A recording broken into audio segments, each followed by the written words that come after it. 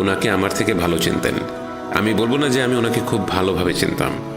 আমি খালি জানি যখনই আমি ওনাকে দেখতে এসেছি ওনার মুখে একটা অন্যরকম হাসি দেখেছি। আজকে আমরা এখানে দাঁড়িয়ে ওনার জন্য দুঃখ অনুভব করছি। ওয়াল্লাহি আজকে আমাদের ওনার জন্য দুঃখিত হবার প্রয়োজন নাই। আল্লাহর কসম খেয়ে বলছি, এই ব্যক্তি অত্যন্ত সম্মানজনক মৃত্যু পেয়েছেন। আলহামদুলিল্লাহ, উনি মারা গেছেন। এখন আমি ওনার প্রশংসা করতেই পারি, ওনার সামনে আমি ওনার প্রশংসা হয়তো করতে চাইনি। আমার ভাইয়েরা, আমাদের কবরস্থানে আসা উচিত আমাদের নিজেদের বোঝা দেখা উপলব্ধি হবার আশায়, আমাদের নিজেদের উপকার এবং পরিবর্তনের জন্য। আমরা হয়তো কবরের ভেতরে দেখছি আর ভাবছি বেচারা ক্যান্সারে ভুগে মারা গেল। এই ক্যান্সার আসলে ওনার জন্য সৌভাগ্য। কই যাচ্ছি, কি করছি চিন্তা করার সময় ওনার হাতে ছিল। ওনার কাছে আল্লাহর কাছে ক্ষমা চাওয়ার সময় হাতে ছিল। উনি মারা যাবার আগের দিন আমি ওনার সাথে দেখা করতে গিয়েছিলাম। উনি আমাকে বলেছিলেন ক্যান্সার হবার কিছুদিন আগে উনি ওনার মর্টগেজে কিনা বাড়িটি ছেড়ে দেন। ওনার মন সায় দিচ্ছিল না বাড়িটি রাখার জন্য। আর আমরা যত দিন যাচ্ছে যেন আরো বেশি সুদ, ইন্টারেস্ট, ফাইন্যান্সে ডুবে চলেছি। কবে কোথায় কোনো একজন স্কলার হয়তো কোনো এক সময় কিছু একটা বলেছিলেন, তার ভিত্তিতে আমরা এই জঘন্য কাজকে প্রতিনিয়ত করে চলছি। আল্লাহর কসম খেয়ে বলছি, এটি একমাত্র পাপ যা করা মানে আল্লাহ স্বয়ং তার সাথে যুদ্ধ করা হয় বলেছেন। আমরা ভেবে দেখি না, একটা 1800 বর্গফুটের একটা জায়গার মালিকানার জন্য আমরা মহান সৃষ্টিকর্তার সাথে যুদ্ধ করে চলছি, অথচ এই কবরই আমাদের শেষ এবং চূড়ান্ত বাসস্থান। এই জীবন আসলে কি? এই পার্থিব জীবন থেকে আমরা কি নিয়ে যাব কবরে? বাকের আল মোহাম্মদ, উনি ক্যান্সারে ভুগে বিছানায় পড়েছিলেন, তারপরও প্রতি ওয়াক্তের সালাত জামাতে আদায় করেছেন। আমরা তরুণ, সুস্থ, আমাদের চলাফেরা করার জন্য গাড়ি সহ কত ব্যবস্থা রয়েছে, তারপরও আমরা সালাত আদায় করি না। আমাদের ওনার জন্য দুঃখিত হবার প্রয়োজন নাই। আমাদের উচিত নিজেদের জন্য শঙ্কিত হওয়া। আল্লাহর কসম খেয়ে বলছি, উনি শেষ যে কাজটা করেছেন, উনি আমাকে এই টাকাগুলো দিয়েছেন এবং দিয়ে বলেছেন আমি যেন ওনার হয়ে দান করে দেই। আর আমরা আমাদের ধন সম্পদকে যেন আঁকড়ে ধরে রাখতে চাই। আল্লাহর কসম খেয়ে বলছি, উনি একটা সম্মানজনক মৃত্যুবরণ করেছেন। আমি অনেক মৃত ব্যক্তির গোসল করিয়েছি, ওনার মতো প্রশান্তিময় এবং শান্ত চেহারা আমি কোনো মৃত ব্যক্তির দেখিনি। পুরোটা সময় মনে হয়েছে উনি যেন হাসছেন। আমার মনে হচ্ছিল বলি, তুমি কোথায় আছো ভাই বাকার, বলো, আমিও সেখানে যেতে চাই। তাই বলছি, ওনার জন্য দুঃখিত হবার প্রয়োজন নাই। আমাদের উচিত নিজেদের জন্য শঙ্কিত হওয়া। আমরা আমাদের জীবনে কোথায় যাচ্ছি? আমাদের সবারই এমন অভিজ্ঞতা আছে, আমি নিশ্চিত। আমি খালি আমার নিজের গত কিছুদিনের কথা বলছি। আহমেদ নামের আমার এক বন্ধু লেবাননে গিয়েছেন, গিয়ে ওনার পরিবারকে এখানে নিয়ে এসেছেন। ঠিক 2 দিন আগে ওনার 6 বছরের শিশুটি মারা গেছে। 6 বছরের শিশু, আল্লাহর হুকুমে সে আজ আর নেই। বাকের উপস্থিত আমাদের অধিকাংশের চেয়ে ছোট হবে বয়সে। আল্লাহর হুকুমে সে আর আমাদের মাঝে নেই। ঠিক গতকালকে আমার চাচা আল্লাহর হুকুমে আমাদের ছেড়ে চলে গিয়েছেন। আমরা বুঝতে পারি না কতটা ক্ষণস্থায়ী আমাদের এই দুনিয়ার জীবন।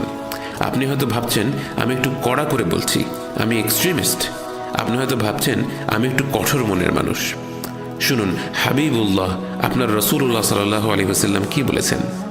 এই দুনিয়াতে মুসাফির বা আগন্তুকের মতো জীবনযাপন করো।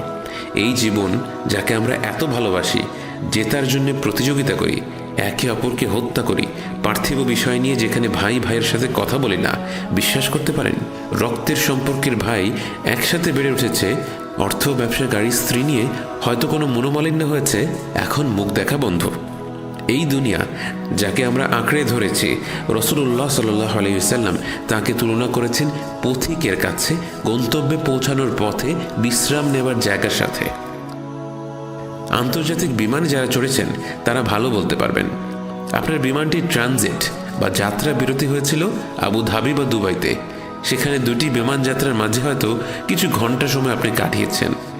কখনো কি এই চিন্তা করেছেন মাত্র কয়েক ঘন্টা হাতে আছে, যাই একটা বিড়ি কিনি বা একটা সংসার পাতি বা একটা লাভজনক ব্যবসা শুরু করে দেই? আমরা এভাবে চিন্তা করি না, কারণ আমাদের হৃদয় দুবাই এয়ারপোর্টে নয়, বরং চিন্তা করছে আমাদের গন্তব্যের কথা। আপনি জানেন আপনাকে চলে যেতে হবে, আপনার কানেক্টিং ফ্লাইট কয়েক ঘন্টার মধ্যেই রওনা দেবে, আপনি জানেন আপনাকে অমুক নাম্বার গেটে যেতে হবে। এই দুনিয়াটাও আন্তর্জাতিক ফ্লাইটের ট্রানজিট বা যাত্রা বিরতির মতো। এটা একটা মায়া বা মোহ। কি নিয়ে যাবেন? বাকের কি নিয়ে গিয়েছে এই দুনিয়া থেকে? আমি ওনাকে গোসল দিয়েছি, কাফন পরিয়েছি, আমি জানি উনি নগ্ন ছিলেন। কোনো মার্সিডিজ, কোনো গুচি, কোনো বিএমডাব্লিউ, কোনো উঁচু দালান বা আলিশান অ্যাপার্টমেন্ট, স্ত্রী বা সন্তান কিছুই ছিল না তার কাছে। আল্লাহর দোহাই আমার ভাইয়েরা শুনুন, আপনার জন্যে, শুধুমাত্র আপনার ভালোর জন্য বলছি, আপনার হৃদয়কে নাড়া দিন, ধাক্কা দিন। এই জীবনের উদ্দেশ্য কি? কেন আপনাকে দুনিয়াতে পাঠানো হয়েছে? কি করার জন্য? যদি ইবাদত করার জন্য না পাঠানো হয়ে থাকে তাহলে কিসের জন্য পাঠানো হয়েছে? রাসূলুল্লাহ সাল্লাল্লাহু আলাইহি ওয়াসাল্লাম বলেছেন, মৃত্যুর পর কবর পর্যন্ত তিনটি জিনিস যাবে। 1, তার পরিবার এবং বন্ধু। 2, তার টাকা পয়সা। 3, তার কাজ বা আমল।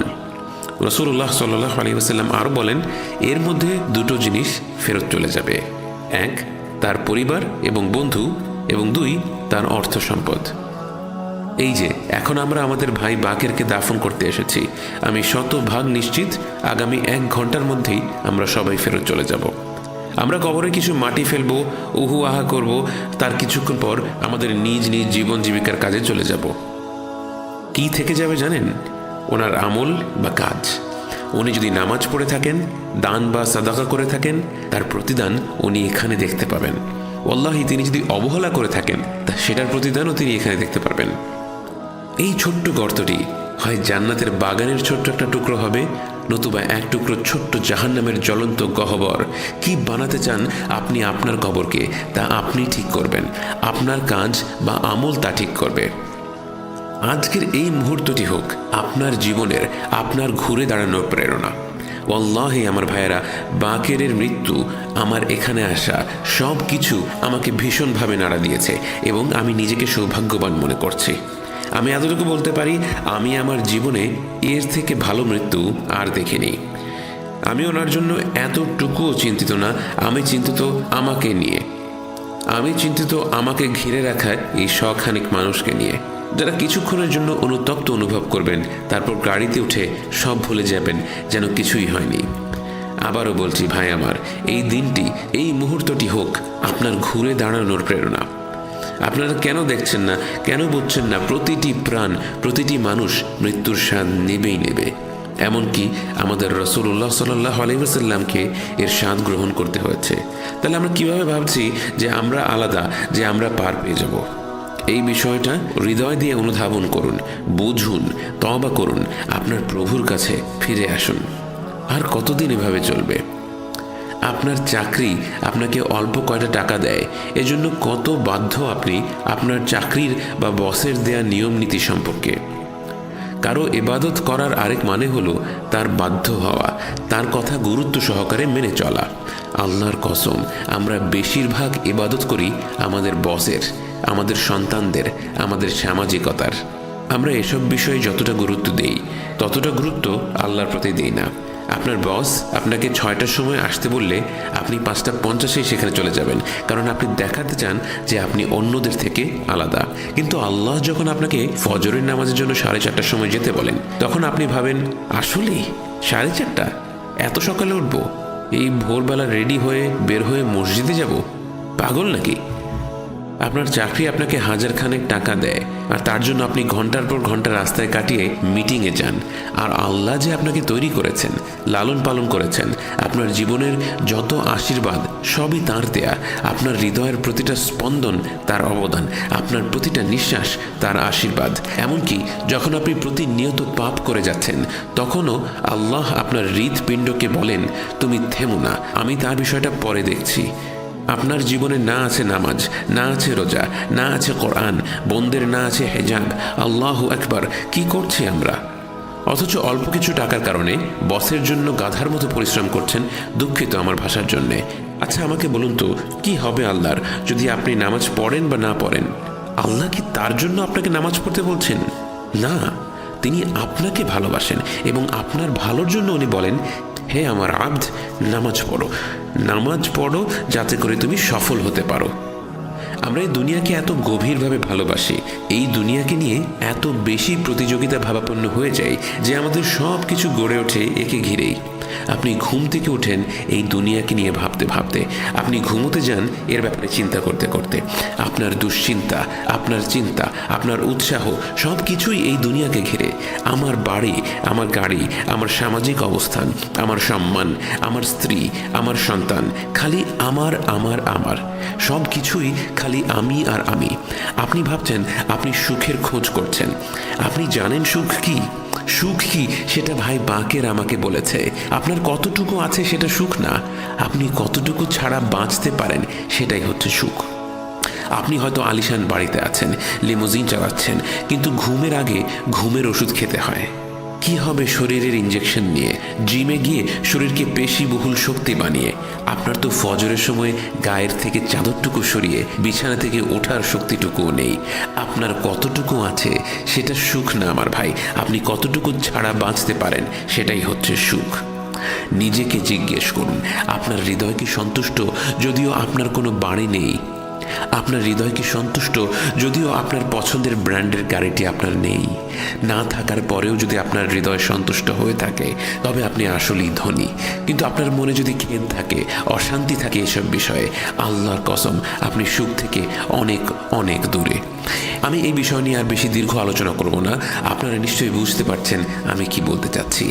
আমার ভাইয়েরা, দয়া করে তওবা করুন, ফিরে আসুন আপনার প্রভুর কাছে।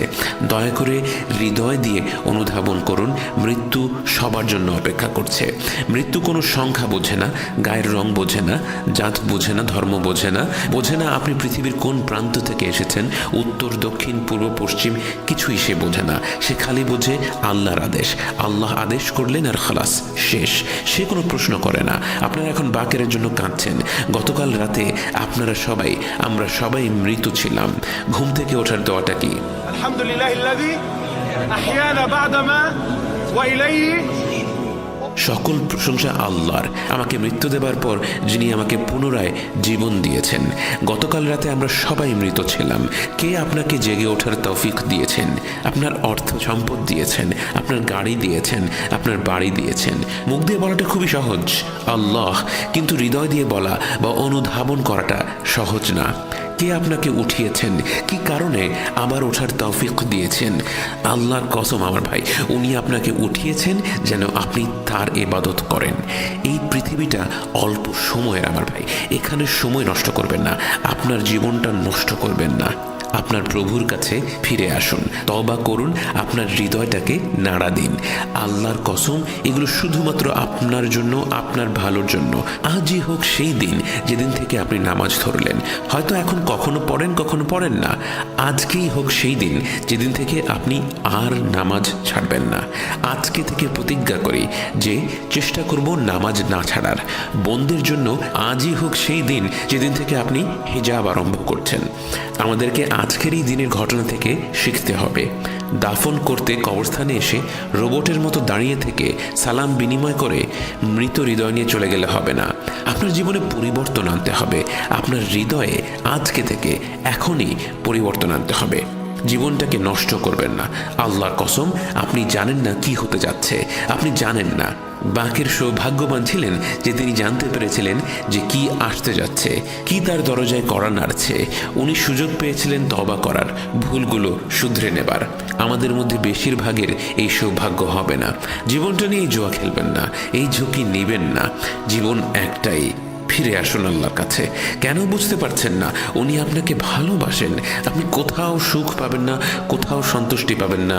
আমি দেখেছি, শুনেছি, চেষ্টা করেছি, আপনি করে দেখতে পারেন, কিন্তু পাবেন না। সুখ পাবেন একজনের কাছেই, যিনি এর মালিক, আল্লাহ। যা কিছু আপনি চান, আল্লাহ তার সব কিছুর মালিক। আর আমরা বন্য পশুর মতো এখানে সেখানে ঘুরে বেড়াচ্ছি নিজেদের সুখ সাফল্যের আশায়। আমরা ভুলে বসে আছি সব কিছুই আসলে তার কাছে, যার কাছে ফিরে গেলে সবই পাওয়া যাবে। আপনার ব্যক্তিগত সমস্যা, সমাধান আল্লাহ। আপনার আর্থিক সমস্যা, সমাধান আল্লাহ। বৈবাহিক সমস্যা, সমাধান আল্লাহ। পারিবারিক সমস্যা, সমাধান আল্লাহ। ব্যবসা সংক্রান্ত সমস্যা, সমাধান আল্লাহ। মুসলিম উম্মতের সমস্যা, সমাধান আল্লাহ। দেশের সমস্যা, সমাধান আল্লাহ। সব কিছু আল্লাহ। ফিরে আসুন আপনার রবের কাছে, আমি হাত জোড় করছি। ফিরে আসুন আপনার ভালোর জন্য। আমার এখানে কোনো লাভ নেই, আমি বলছি আপনার ভালোর জন্য। বোনেরা যারা এটা দেখছেন তাদের বলছি, বন্ধু বান্ধবী বা আত্মীয় স্বজনের দিকে দেখার দরকার নেই। আপনি উদ্যোগ নিন নিজেকে পরিবর্তন করার জন্য। আমাকে কথা দিন, আমাকে কথা দিচ্ছেন, আন্তরিকভাবে কথা দিচ্ছেন। এই প্রতিশ্রুতি কিন্তু আপনার আর আল্লাহর ভেতরের প্রতিশ্রুতি। আর আপনি যদি সত্যিকারের মানুষ হয়ে থাকেন, এই প্রতিশ্রুতি আপনি রক্ষা করবেন।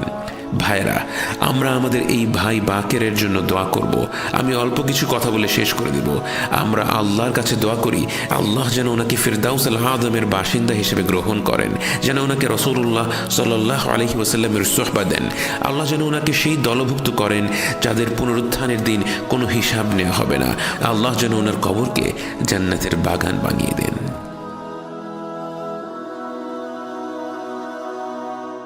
Oh